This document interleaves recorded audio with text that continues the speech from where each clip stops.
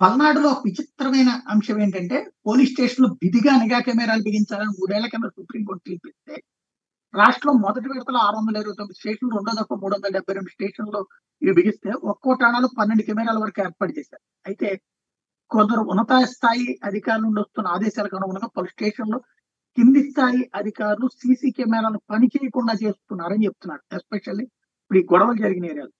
మరోవైపు పలువురు పోలీసు అధికారులు అధికార పార్టీ నాయకులు చెప్పినట్టే నడుచుకుంటున్నారని, ఎన్నికల సందర్భంగా పెద్ద సంఖ్యలో ప్రతిపక్ష పార్టీలకు చెందిన వాళ్ళని స్టేషన్‌లో తీసుకొచ్చి భయభ్రాంతులకు గురి చేశారు కాబట్టి, అవన్నీ నిఘా నేత్రాలు నమోదు కాకుండా వాళ్ళు చేయని ప్రయత్నం లేదు.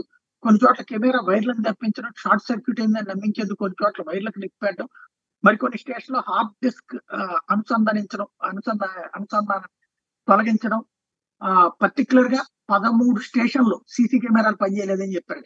బెల్లంకొండ, దుర్గి, రాజుపాలెం, రెంటచింతల, రొంపిచెర్ల, శవలేపురం, తిరుపతి జిల్లా పరిధిలో తిరుపతి సీసీఎస్, దిశ, ఎస్పీ క్యాంపస్, తొట్టంబేడు, ఏర్పేడు, రేణిగుంట, రామచంద్రాపురం వీటన్నిటిలో ఎక్కడైతే ప్రధానమైనటువంటి గొడవలు జరిగినాయో అక్కడే సీసీ కెమెరాలు పని చేయట్లేదంటూ నివేదికలు ఇవ్వడం. అంటే దాని వెనకాల సంథింగ్ ప్లాన్డ్ గానే ఉందన్నటువంటి విషయం అయితే స్పష్టంగా కనబడుతుంది.